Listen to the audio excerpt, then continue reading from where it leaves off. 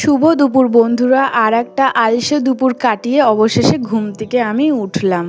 বাইরের দিকে তাকিয়ে দেখি রোদ এখনো বেশ কড়া হয়ে রয়েছে।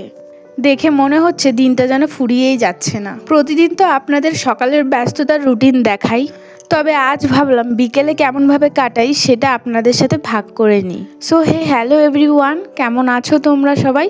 আশা করি অনেক ভালো আছো, আর তোমাদের ভালোবাসায় আমিও অনেক ভালো আছি। চলো দাঁড়িয়ে দাঁড়িয়ে ভেবে আর কোনো লাভ নেই, এবার দৈনন্দিন কাজগুলোর মধ্যে হাত দেওয়া যাক। তার আগে তোমাদেরকে বিকেলের ওয়েদারটা দেখাই। এত পরিমাণে গরম পড়েছে আর এত সুন্দর ওয়েদার রয়েছে। ওয়েদারটা খুব সুন্দর বাইরে, কিন্তু প্রচণ্ড গরম, থাকাই যাচ্ছে না। আজকে আবার আমাদের এদিকে লীলা কীর্তন হবে, তো ওই লীলায় যাব, ভাবছি কি করে যাব এত গরমে। তো সেই কারণে আরও অসুবিধা লাগছে। আর এই যে দেখো বিকেলের যা কাজ আছে সব করতে শুরু করে দিয়েছি। বিছনাটাই প্রথমে গুছিয়ে নিচ্ছি। বিছনাটা পুরো এলোমেলো হয়ে রয়েছে, সেই কারণে বিছনাটা গুটিয়ে নিয়ে, আর এখন যেহেতু পাড়ার মধ্যে একটা কীর্তন হচ্ছে, যখন তখন আত্মীয় স্বজন চলে আসে, তো দেখতে খুব খারাপ লাগে, সেই কারণে বিছনাটা সুন্দর করে গুছিয়ে টান টান করে নিচ্ছি। আর বিছনা চাদরটা একটু সাইজ করে সমান করে নিলাম, তার জন্য কিছু কিছু কোনায় উঠিয়ে নিতে হয়েছে, তারপরে আবার সাইজ করতে হয়েছে। তারপর দেখো কথা বলতে বলতে কিন্তু ভালো করে বিছনাটা গোটানো হয়ে গেছে। এবার বালিশগুলো সাজিয়ে দিলেই হয়ে যাবে আমার বিছনাটা পুরো ঝকঝকে। তো বিছনাটা ঝকঝকে না থাকলে তো ভালো লাগে না, সেটা তোমরা অবশ্যই জানো। তো আজকে একটু অন্যরকমভাবে বালিশটা গোছানোর চেষ্টা করলাম, কিন্তু দেখতে ভালো লাগছিল না। যাই হোক, তাও রেখে দিলাম। তারপর এদিকে কারেন্ট চলে এসেছিলো, অতক্ষণ কারেন্ট অফ ছিল, সেই কারণে লাইট জ্বালাতে পারিনি। সেই কারণে এতক্ষণ বিছনা তোলার ক্লিপটা কিন্তু একটু অন্ধকার অন্ধকার ভাব লেগেছে, কারণ তখন কারেন্ট ছিল না। আর এই কদিন ধরে না এত পরিমাণে লোডশেডিং হচ্ছে বলার বাইরে। মানে কোনো ওয়েদার কোনো কিছু খারাপ নেই, কিন্তু এত পরিমাণে কারেন্ট চলে যাচ্ছে, আর গেলে তো আসার নাম নেই, যেন একদম কারেন্টের মা বাবা মারা গেছে, শ্রাদ্ধ করছে, এরকম একটা ব্যাপার। এত পরিমাণে কারেন্ট চলে যাচ্ছে, কোনো মানে থাকতেই পারা যাচ্ছে না, এত সমস্যা হচ্ছে। তো গতকাল রাতেও এরকম একটা সমস্যা হয়েছিল, মানে সেই মাঝরাতে কারেন্ট চলে গেছে আর আসার নাম নেই। সেই রাতে কি কষ্ট হচ্ছিল, এত পরিমাণে কষ্ট হচ্ছিল বলার বাইরে। তারপরে দেখো এখানে আমি একে একে যত জামা কাপড় আমি এই দুদিন ধরে জড়ো করে রেখেছিলাম। দুদিন ধরে জড়ো বলতে এই ধরো কীর্তনে গেছি, কীর্তনে তারপরে নিমন্ত্রণও ছিল, কীর্তনে খাওয়া দাওয়া হয়েছে, সেই খাওয়া দাওয়ায় গেছি, যে কাপড় টাপড় পরে গেছিলাম সেগুলো সবই আমি এখন জড়ো করে রেখে দিয়েছিলাম মানে আগে। তো সেগুলো এখন আমি সুন্দর করে গুছিয়ে নিচ্ছি। আর এই জামা কাপড় গোছানো না থাকলে আমার ভালো লাগে না। কবে যে একটা সুন্দর আলনা কিনতে পারবো মোটেও আমি জানি না। আমার খুব ইচ্ছা করে একটু আলনার মধ্যে জামা কাপড় গুটিয়ে রাখি। হয়তো এখন আমার নেই বলে আমার এই ইচ্ছাটা করে, যখন থাকবে তখন হয়তো আর এইসব জিনিস দেখে কোনো ইচ্ছে থাকবে না। তাও মানুষ যেটা থাকে না সেটার কদর বেশি করতে জানে। তো যাই হোক, আমি এই দেখো ভালো করে ড্রেসিং টেবিলটাও গুছিয়ে নিয়েছি। এখনও তো অনেক কাজ বাকি রয়েছে, সবগুলোই তোমাদের সাথে শেয়ার করব। তার জন্য কিন্তু আমার সাথে থাকতে হবে, ভিডিওটা একদম স্কিপ করে দেখো না, তাহলে অনেক কিছু মিস করবে ভিডিওটা যদি স্কিপ করে দেখো। আর ভিডিওটা পুরোপুরি দেখো, ভালো লাগবে। আর এখানে কটা বাদাম ছিল, কয়েকদিন ধরে গড়াগড়ি খাচ্ছিল, তাই আমি আমার হাজব্যান্ডকে দিয়ে দিলাম, আর ওই মগটাও দিয়ে দিলাম। বললাম বাদামগুলো খোসা ওই মগের মধ্যে ফেলবে, একটুও যেন বিছনায় না পড়ে। আমি যেহেতু বিছনাটা এখনই গোছালাম, তো সেই কারণে ওই বাদামগুলোর খোসা মগের মধ্যেই রেখেছে। আর ওইদিকে যেই মানে পা মোছাগুলো ছিল সেগুলো আমি ভালো করে ঝেড়ে নিয়ে আসলাম। আর এই যে ঘর ঝাড় দিতে লেগে গেছি, ঘরের আনাচে কানাচে সব কোনা ঝাড় দিয়ে পরিষ্কার করে নিচ্ছি, কারণ ঘরের আনাচে কানাচে নোংরা থাকলে দেখতে ভালো লাগে না। আর সবই পরিষ্কার করে এই যে গুছিয়ে নিচ্ছি। এরপর পুরো ঘরটাই ঝাড় দেওয়া হয়ে গেছে, বারান্দাটাও ঝাড় দিয়ে নেবো, আর এই আশেপাশের ঘরগুলোও ঝাড় দিয়ে নেবো। আর ওইদিকে রান্নাঘরটা পরে যাব, মানে রান্নাঘরটা পুরো এলোমেলো হয়ে রয়েছে, তো ওটা গুছিয়ে ঝাড় দিতে হবে, সেই কারণে আমি সামনের দিকটা সব ঘরগুলো ঝাড় দিয়ে নিচ্ছি। এরপর রান্নাঘরের দিকে যাব আর কি। তো যা বলা তাই, এই যে আমি ভালো করে ঘর ঝাড় দিয়ে নিচ্ছি।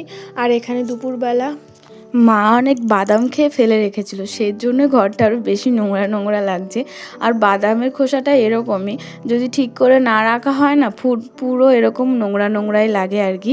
তারপর এদিকে দেখো আমরা তো সমানে কয়দিন ধরে এদিক ওদিক যাওয়া আসা করছি, তাই যত জুতো আছে সব বাইরে বেরিয়েই রয়েছে, কারণ এই কদিন ধরে তো ডেলি মেলায় যাচ্ছি, ঘরে আর কি তুলে রাখবো, তাই ভাবছি মেলাটা শেষ হয়ে যাক, তারপরে একবারে ধুয়ে আবার ঘরে তুলে রাখবো রোদে দিয়ে। তারপরে এদিকে দেখো আমার ঘরটা ঝাড় দেওয়া হয়ে গেছে, এরপর তো উঠোন ঝাড় দিতে হবে, তার আগে চলো এগুলো সব সুন্দর করে রেখে দিই। তারপর এগুলো তোলার সময় দেখি যে এখান দিয়েও ধুলো রয়েছে, যেহেতু এখানটা ঝাড় দিইনি, তো সেই কারণে এখানটাও সুন্দর করে ঝাড় দিয়ে নিলাম। আর এই যে সব জলের বোতলগুলো খালি হয়ে পড়ে রয়েছে, কারণ সব কাজ কমপ্লিট করার পর আমাদের জল আনতে যেতে হবে। আর এই কয়দিন ধরে ইদানিং মানে আমার হাজব্যান্ড যে কয়দিন বাড়ি রয়েছে, ও আমার সাথে যায় জল আনতে, আমাকে হেল্প করে। আমার জলটা ওই নিয়ে আসে, মানে আমি কিছুই আমার হাতে কিছুই দিতে চায় না, ও নিজে নিজেই সব কিছু নিয়ে আসে। এই জিনিসটা আমার খুব ভাল লাগে, ও আমার প্রচুর কেয়ার করে। তারপর এই যে দেখো এখানে আমি উঠোনটা ঝাড় দিয়ে নিচ্ছি। এখানেও এসেছি, আমার হাজব্যান্ডই ক্যামেরাটা সেট করে দিয়েছে। মানে ও টুকিটাকি আমার কিছু কিছু কাজ অনেক করে দেওয়ার চেষ্টা করে হাতে হাতে। তো এটা আমার খুব ভালো লাগে। ও এমনিতে তো বাড়িতে থাকে না, যখন বাড়ি থাকে আমি যেটা বলি সেটা ফেলে না, সেটা করে দেওয়ার চেষ্টা করে। তারপর এদিকে দেখো উঠোনটা ঝাড় দেওয়া হয়ে গেছে।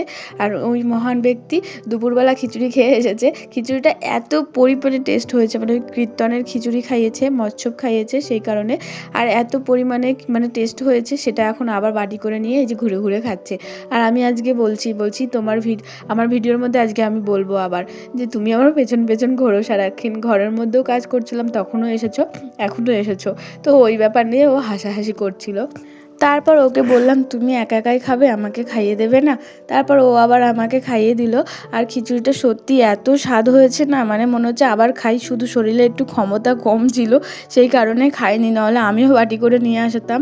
মানে এতই টেস্ট হয়েছে। গরমের আর প্রচণ্ড গরম পড়েছে, যেহেতু মানুষ বেশি খেতেও পারেনি, ওই হালকা পাতলার মধ্যে খেয়ে এসে বাড়ি এসে আবার খিদে পেয়ে গেছে, এরকম ব্যাপার আর কি। তারপর এই যে দেখো আমার কাজ টাজ তো সব কমপ্লিট হয়ে গেছে, উঠোন টুঠোন ঝাড় দেওয়া, এরপর চলে যাব জল আনতে। তো সেই কারণে এই যে সব বোতলগুলো জোগাড় করে নিয়েছি।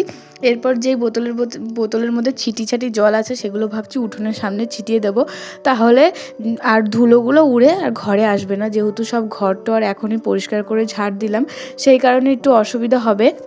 আর এই যে সব বোতলের জলগুলো আমি ছিটিয়ে ফেলে দিচ্ছি, পুরো উঠানটাই ভিজিয়ে দিচ্ছি। আর এই উঠানটা ভেজানোর পর বেশ একটা ভিজা মাটির গন্ধও আসছিল, খুব ভালো লাগছিল। আর আমি দেখি কি ওই দোকানঘর ঝাড় দিয়ে এসেছি, দেখি বাড়ি এসে আমার হাজব্যান্ড, আমি কদিন আগে অ্যালোভেরা গাছ লাগিয়েছিলাম ছাদের ওপর, সেগুলো জল না পাওয়াতে লাল লাল হয়ে গেছে। ও দেখি কি সেই গাছগুলোর মধ্যে গিয়ে জল দিচ্ছে। এই জিনিসটা আমার যে এত ভালো লেগেছে কি আর বলবো। তারপর দেখো জল নিয়ে চলে এসেছি দুজনে মিলে, সেটা তো দেখাতে পারিনি। তারপর এই যে রান্নাঘরে ঢুকেছি, আর রান্নাঘরটার আজকের কী অবস্থা তোমরা দেখতেই পাচ্ছ, পুরো বস্তির মতন হয়ে রয়েছে। তো চলো এটা চটপট করে সুন্দর করে গুছিয়ে নিই। আর এই যে এই রান্নাঘর গোছাতে গোছাতে আমার মাঝে মাঝে বেহাল হয়ে যায়। তো এটা গোছাতে গোছাতে আমার যে কোথা দিয়ে কত টাইম বেরিয়ে যায় বলতেই পারি না। সত্যি কথা বলবো, এই যে এত স্পিডে যে এখানে আমি কাজ করছি না, সত্যি সত্যি যদি করতে পারতাম না খুব ভালো হতো, সময়টা অনেক বেঁচে যেত হাতে। এই রান্নাঘরটা গোছাতে গোছাতে তোমরা বিশ্বাস করবে না, প্রায় সন্ধেই হয়ে গেছিলো। আর তারপরে সন্ধে তো ঠাম্মাই দিয়ে দিয়েছে, আমার আর দেওয়া হয়নি। ভেবেছিলাম আজকে সন্ধে দেওয়াটাও তোমাদের সাথে ছোট্ট করে শেয়ার করব, কিন্তু ভুলবশত ঠাম্মাই দিয়ে ফেলেছে। আমি বললাম থাক তাহলে ঠাম্মাই দিক। আর এদিকে দেখো কথা বলতে বলতে কিন্তু অনেক বাসনপত্রই গোছানো হয়ে গেছে, তো সেগুলো সব গুছিয়ে নিয়েছি, এরপর ঝাড় দিয়ে নেব।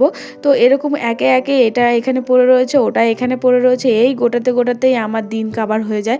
এই জামা কাপড়গুলো এখানে যে কতদিন ধরে ঝুলে রয়েছে সে আর বলে বোঝাতে পারবো না। এই দড়িটা যতদিন না খোলা হবে ততদিন এইখানটায় এই জামা কাপড়গুলো ঝুলেই থাকবে, তো সেই কারণে আর কি। তারপর এই যে দেখো ঝাঁটা নিয়ে চলে এসেছি, এখন ঝাঁট দিয়ে দেবো। আর এখানে এই বেবিটা এসেছে, মানে এটা হচ্ছে একটা ভাসুরের ছেলে হয়, তো ও এসছে, ওরও ইউটিউব চ্যানেল আছে, তো সেই চ্যানেলের সম্বন্ধেই আমার কাছে জানতে এসেছিলো, দেখতে এসেছিলো। আর আমার কাছে যেইটুখানি আইডিয়া আছে আমি ওকে সেইটুখানি আইডিয়াটা বলে দিয়েছি। তো ওটা ওর ভালো লেগেছে, তো ওটা সেইভাবে ও ফলো করে।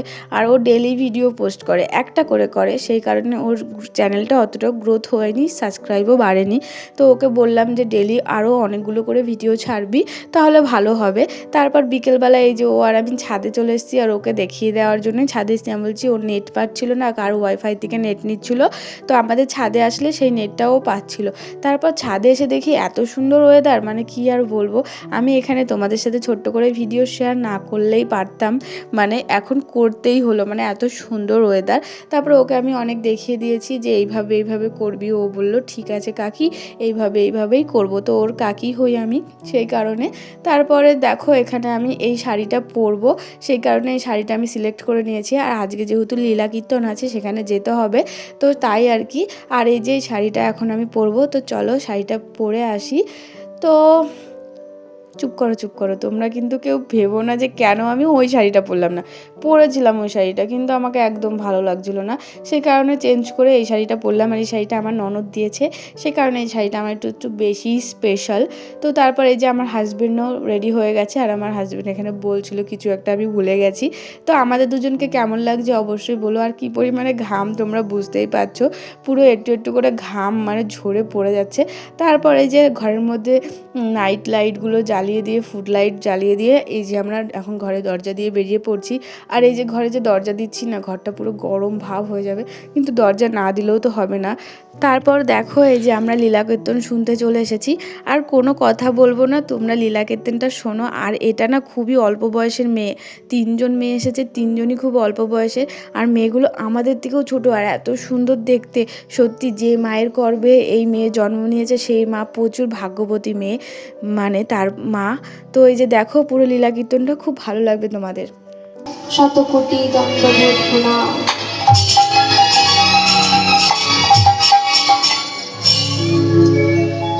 মাগো, তৎপুরীর প্রণাম জানাই। উপস্থিত রয়েছেন আমার প্রাণময় সখা, প্রাণময় গোবিন্দ আমার। ওনাদের চরণে জানাই শত কোটি দণ্ডবোধ প্রণাম। সবাকার চরণে জানাই আমার কোটি কোটি দণ্ডবোধ প্রণাম। সবাকার চরণে জানাই আমার কোটি কোটি দণ্ডবোধ প্রণাম।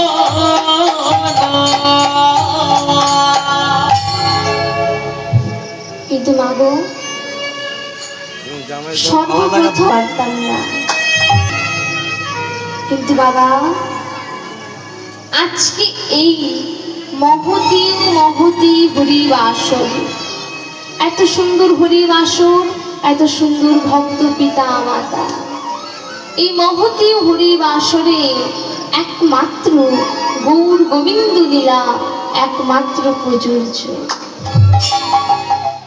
তারপর লীলা কীর্তন শেষ করে আমরা বাড়িতে চলে এসেছি। এই যে গেট খুলে একদম ঢুকে পড়লাম, আর এত গরম বাড়িতে মনে হচ্ছে আজকেই সেদ্ধ হয়ে মরে যাব। তো ঘরে ঢোকার সঙ্গে সঙ্গে এসি রুম থেকে বেরোনোর সময় যেরকম একটা ভাব লাগে, ওই ভাবটা লাগলো, কি আর বলবো। তারপর এই যে ঘরে জানলা দরজা তো সব খুলে, দরজাটা খুলিনি, জানলা তো সব খুলে ধুয়ে গেছিলামই। তো তারপর এই যে এখন আমি বাড়ি চলে এসেছি, আর আমি ঘেমে অস্থির হয়ে গেছি। আমার হাজব্যান্ড তো এই ঘরে ঢোকেনি, ও পুরো রান্নাঘরে ঢুকেছে। আর ওখানে রান্নাঘরের উপরে যেহেতু টিন রয়েছে, সেই কারণে না ওখানটাতে বেশি ঠান্ডা ঠান্ডা হাওয়া নামে, তার জন্য ও একদম রান্নাঘরে ঢুকেছে ঠান্ডা হাওয়া খাওয়ার জন্য। আর আমি এই যে ঘরে এসেছি, কারণ আমার ঘরে কিছু কাজ রয়েছে, সেগুলো গোছাতে হবে। তারপর যে শাড়িটা পরে গেছিলাম, ভাবলাম এটার কালকের জন্য ফেলে রাখবো না। আমি বেশিরভাগ টাইম কালকের জন্যই ফেলে রাখি, কিন্তু আজকে আমার কেন জানি না খুব ভালো একটা ফ্রেশনেস মুড রয়েছে, সেই কারণে এটা আমি এখন গুছিয়ে ফেলার চেষ্টা করছি। আর এই যে গুছিয়েও ফেলছি, মানে এগুলো আমি আর ফেলে রাখবো না এক কথা। আর ফ্রেশনেস মুডটা কিসের জন্য তোমাদের সিক্রেটটা বলবো, কারণ বিকেলবেলা আমি ঘর বারান্দা সব গুছিয়েছি, তার মানে এখন সব গোছানোই রয়েছে। ওর মাঝখানে না এই শাড়িটা ফেলে এলোমেলো করতে ইচ্ছা করছে না, এর জন্য ফ্রেশনেস মুডটা রয়েছে। আর এই যে সব গুছিয়েও ফেলছি, সব মানে ঠিকঠাক করে রেখে দিচ্ছি। তাই বলে ঘর দৌড় গোছানো থাকলে না মনটাও ভালো থাকে, ফ্রেশ একটা মুড থাকে। ঘর দৌড় গোছানো না থাকলে কোনো কিছুই ভালো লাগে না। আর এই রোগটা আমরা শুধু যারা ঘর দৌড় গোছানোর প্রতি প্রচুর নেশা তাদের মধ্যেই আছে, সবার মধ্যে নেই। কিন্তু এটা একটা যোগ্যতা, এই যোগ্যতা সবার মধ্যে থাকে না, এটা সত্যি সত্যি একটা যোগ্যতা। যাই হোক, বেশি কথা বলে ফেলেছি। তারপরে এই যে শাড়িগুলো সব এখন শোকেসে তুলে রাখবো।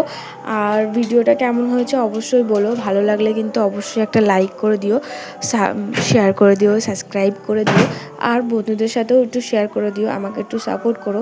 তোমরা তো সবাই চুপি চুপি ভিডিও দেখে চলে যাও, কেউ লাইক করো না, এটা কিন্তু ভালো করো না একদম। একটা লাইক করলে অনেক ভালো লাগে, একটা কমেন্ট করলেও অনেক ভালো লাগে। তো টাটা বন্ধুরা, আবার কালকে একটা নতুন ভিডিও নিয়ে চলে আসবো। তো ভালো থেকো তোমরা সবাই।